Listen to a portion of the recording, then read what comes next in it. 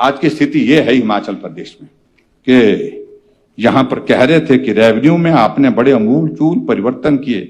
आपने पैसा revenue generate करने के लिए अंधाधुंध जो है उस पे स्टैंप ड्यूटी पर पैसा बढ़ाया। आपकी मंशा रेवेन्यू जनरेट करने की थी। आज हिमाचल प्रदेश में आपके पटवारी कानून क्यों नाराज बैठे पड़े? वो हड़ताल पर है, उस हड़ताल का इंपैक्ट आप देख रहे हैं।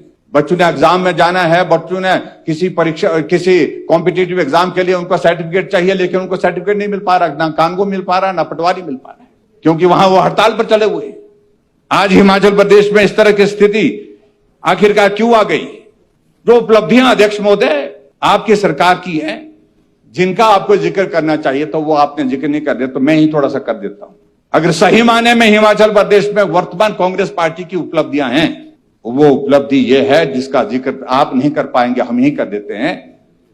और ये लोगों के दिल दिमाग में बैठी बात है। उपलब्धि के नाम पर आपका ये है कि हिमाचल प्रदेश में आपने 2 साल के कार्यकाल में 2000 से ज्यादा चले हुए खुले हुए बजटेड संस्थान बंद किए। ये आपकी उपलब्धि है। हिमाचल प्रदेश में वर्तमान सरकार की अगर उपलब्धि सबसे बड़ी उपलब्धि मानी जाए तो उपलब्धि क्या है?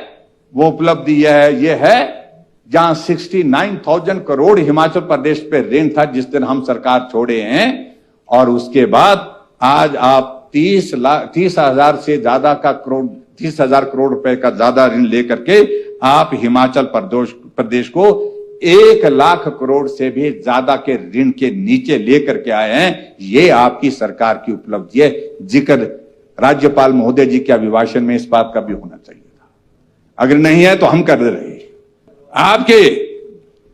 आपकी उपलब्धि एक ये भी है, हिमाचल प्रदेश में आपने गारंटी 5 लाख नौकरियों को दी थी।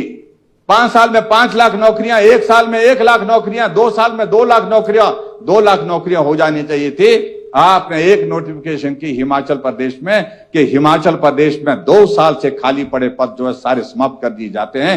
1.5 लाख नौकरियां समाप्त कर दी। ये भी उपलब्धि आपके खाते में जाती है। ये उपलब्धियां आपने की हैं। आपके खाते में यह भी उपलब्धि है जो 60 साल से ऊपर बुजुर्गों के लिए पेंशन मिलती है, विधवा पेंशन मिलती है, हैंडीकैप पेंशन मिलती है। 6 महीने से हिमाचल प्रदेश में ओल्ड एज पेंशन जो है बंद पड़ी है, नहीं आ रही है खाते में। कल भी रात को बुजुर्ग लोग फोन करके हमको बता रहे थे कि पेंशन नहीं आए, सुखू भाई जी को बोल देना कि पेंशन खाते में नहीं आ रही है, 6 महीने हो गए। ये उपलब्धि आपके खाते में है जो हम आपको बता रहे हैं।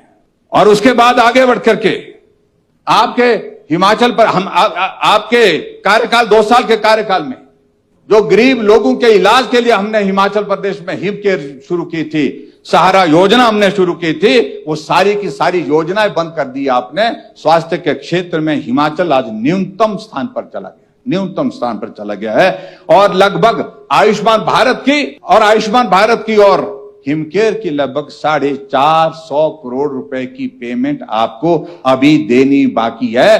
हिमाचल प्रदेश की आईजीएमसी जैसे संस्थान में, जहां पर एक बेटी का पिता कैंसर से पीड़ित था और वो बेटी गुहार लगाती रही, डॉक्टर ने कहा इंजेक्शन लगेगा, इंजेक्शन के लिए पैसे लगेंगे, सरकार के पास पैसा नहीं है, सरकार के पास ये इंजेक्शन नहीं है, ये प्राइवेट आपको खरीदना पड़ेगा। जब तक के लिए वो बेटी अपने रिश्तेदारों के सगे संबंधियों से उस पैसे का इंतजाम करती, तब तक के लिए पिताजी दुनिया से चले गए। ये बहुत दूर की बात नहीं, आईजीएमसी शिमला की बात है। इस तरह का अमानवीय दृष्टिकोण वर्तमान सरकार का कहां कहां माफ करेगा? भगवान भी माफ नहीं करेगा, भगवान भी माफ नहीं करेगा।